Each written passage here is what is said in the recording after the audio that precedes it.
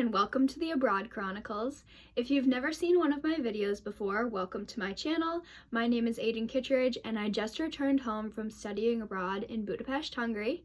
This is actually my first video filmed back on US soil, and this is going to be part 1 of a post-study abroad Q&A. So if you are studying abroad this semester or thinking about studying abroad in an upcoming semester, this is definitely the right video for you. I'm going to be giving a lot of tips and tricks as well as answering some of those burning questions that you may have.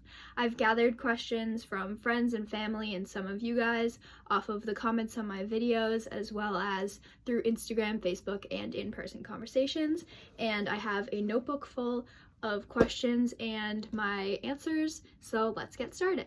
Question 1 was, how do people in other countries view Americans that are studying abroad? So they view us a lot in the same way that we may view people who are coming to America to study abroad. I know when I was in high school and we would have exchange students, everyone was super eager to get to know them and ask questions. They were super curious about their home life, and it's pretty much the same way abroad. I found that a lot of people reached out to me with questions about what it's like to live in America.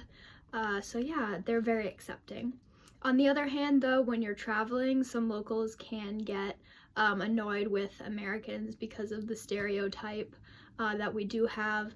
But also when you go to super touristy locations, the locals are used to that, and it is their primary source of income in a lot of places, so I didn't run into a lot of hate or difficulty whatsoever. Question 2 is, did you actually study or just do fun things?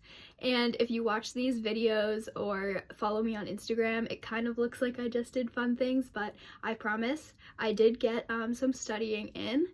The way that it worked, at least at my university, but I think this may be more general across all of European universities, is that the semester was heavily weighted grade-wise on the midterm exam and the final exam.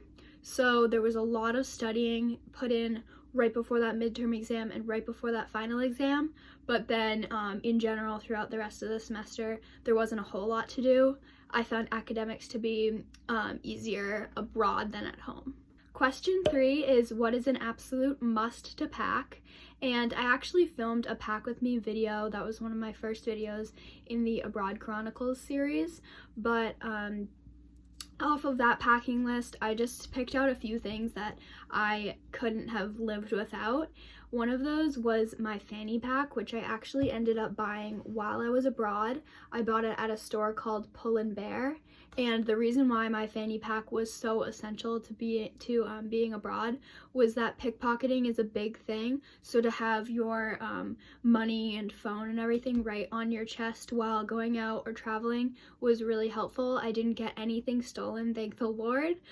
So yeah, I would definitely recommend getting a fanny pack if you're traveling abroad, and they're a nice fashion piece right now. They're pretty trendy, so that helps. Something else was a nice pair of sneakers. You do a lot of walking abroad. I had a mile commute each way to my school on top of also taking a tram.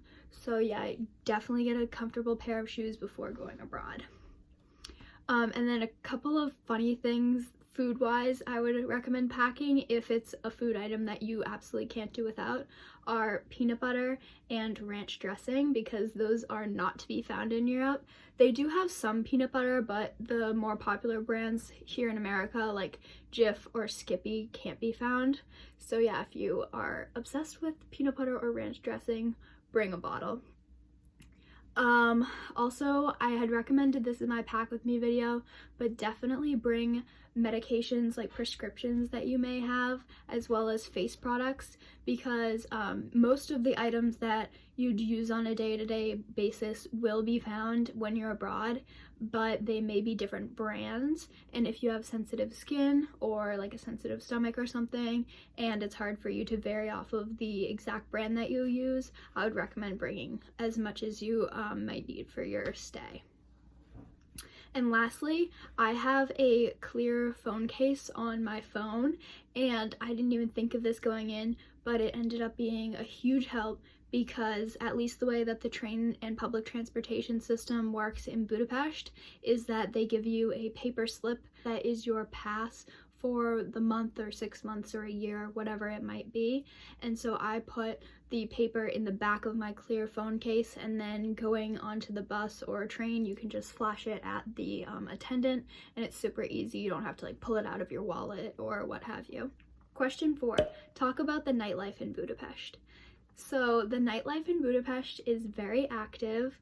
I knew this going in, that there's a very lively night scene, and it was so much fun. So I have a few tips for you that I've written down.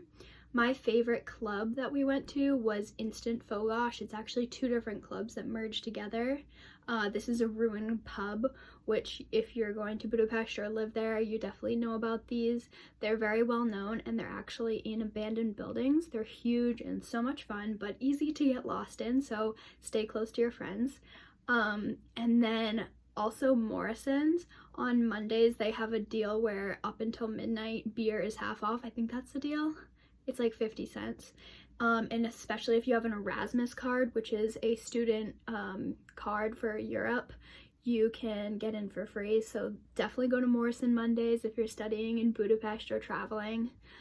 As far as timing goes, we would usually go to the bars at like 9:30 and stay there until 11:30 or 12, and then go to the clubs after that, and then stay at the clubs until about 3, but they close at 6. So yeah, definitely a late night nightlife scene in Budapest. Also, a must-do is the Sparties, which are parties in the Széchenyi baths on Saturday nights. You'll never experience something like this anywhere else in the world, so you've got to do it. It was so much fun. Question 5 is, did you get money at ATMs, or did you mainly use a credit card or debit card? And I actually used a credit or debit card like 90% of the time. Almost every single place in Budapest and most of Europe accepts cards, but when I did need to get cash out, like for example at the Christmas markets, they don't accept card most of the time. So I would find a bank that had an ATM inside of it, because it's very dangerous to pull out money out of an ATM that's on the side of the road, because you can be robbed. And a popular bank chain in Budapest was OTP Bank, so that's a very reliable source if you need to use an ATM. Question 6 is, what was your favorite part about studying abroad? And for me, it's so hard because I enjoyed like everything about it, but my favorite part was just getting to meet so many people from all over the world, learn about their cultures, and now I can say that I have friends in different countries, different continents, and yeah, that was just super fun. And then also I really enjoyed getting to push myself outside of my comfort zone and see how far I could really go. I gained so much confidence in myself, and I'm able to do lots of things that I never thought I'd be able to do, like plan a trip 2 days before I left, from start to finish, including flights and transportation and housing. Yeah, so that was really fun to see myself grow. Question 7 is, how did you make friends while studying abroad? And I found that people from the United States are naturally a lot more outgoing than those that live in Europe, and so I made it a point for myself to reach out and introduce myself to people in classes, people that were in my program, people that I met at bars and clubs, just to make those connections. And then once I made the first level of friends, I had them introduce me to their friends, and it just kept going and going. I made so many great friends, so definitely if you're studying abroad, force yourself to introduce yourself to people. It'll definitely pay off in the end. And yeah, I've definitely made some of my best friends in the entire world through traveling the world with them and getting to experience this special time in my life with them. Question 8 was, traveling in Europe expensive? And I'm not gonna lie, yes, it was expensive, but it was far less expensive than it costs to travel around the United States. I will make a whole video about how I planned my weekend trips with tips and tricks and apps to use different websites to use and airlines to fly with and not to fly with eventually. I have some averages here. So as I said, $50 to $80 for a flight on average, and then $20 to $40 a night for an Airbnb or hostel. I got a group together that was in my API program, and we traveled all together, so we would be able to divide transportation costs and the Airbnb's costs. And then also we would make it a point to cook food in the Airbnb at least one night from our weekend trip. So it was very, very affordable, and I knew I was going to be spending money going in, as you should if you're studying abroad. So I was actually pleasantly surprised with how little money I spent for the experiences that I got. Question 9 is, what do you miss most now that you're home? I miss so much, but I'd say food for sure. I miss all the food. It's so healthy, and there's so much more variety in Budapest than there is at home, so I miss that. I also miss living in a city in general, because there's always something to do, and it's so accessible to just hop on the tram, and like in 2 minutes you have tons of options to do. You're never really bored, whereas at home you have to drive and it's very limiting. But I think most of all, I just miss my friends, because sadly this happens if you study abroad. You make tons of friends abroad, and then you have to say goodbye. So I'll definitely be traveling to Europe in the future to see them.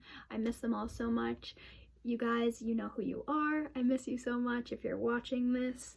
Luckily though, a lot of my best friends that I did make abroad go to UNH just simply because we were in the same program together, so I'll be seeing them in 1 week. And finally, question 10 is, where was your favorite place that you traveled to and why? So this is a very loaded question because I traveled to so many places and I loved them all so much. But I would say my favorite place was Split, Croatia, and if you haven't seen that vlog, I would highly recommend. That was my favorite vlog that I made, I think. I also really liked the Christmas one. I don't know. You can be the judge. But Split, Croatia was incredible. It was so beautiful. It was very affordable and very relaxing. It was warm weather. We got to go on a boat ride to the Blue Lagoon, and yeah, it way surpassed my expectations because it's not really a place that you think of traveling to. So if you're in Budapest or in that area, 10 out of 10 recommend you visit somewhere in Croatia, specifically Split, Croatia, because that's where I went. If I had the opportunity to stay there one more day, I would have gone to their national park. I forget the name of it. I think it's Kirka Falls. It looked beautiful, and that would have definitely topped off that entire vacation, but even without going there, it was so beautiful. Coming in second, I would say Florence. When I visited Carly, I had so much fun with her, and it's such a beautiful, quaint little city with so much rich history. You can just see it in the streets. It was raining the entire time, which kind of stunk, but we made the most of it, and I just had so much fun. And then third, I would say Brussels. Brussels, Belgium really surprised me, and that was the one place that I definitely thought to myself, I could live here. So yeah, Brussels, 10 out of 10 recommend as well. This is a question I'm gonna add in here as a bonus, but places I wish I had traveled to but didn't get to include Switzerland. I wish I had been able to go on some adventurous trip in Switzerland, whether it would have been in the summer or the winter. I really wish I had gone there. And also Amsterdam. I heard such great things about Amsterdam, but it's so expensive, and I just unfortunately didn't get the opportunity to go there, but I think I will go there in the future. I've also traveled to London and Paris in the past, and I loved both of those places, but if you're wondering why I didn't go to those places or want to go to those places, it's because I've been before. Also, Ireland. I've been to Ireland a few times.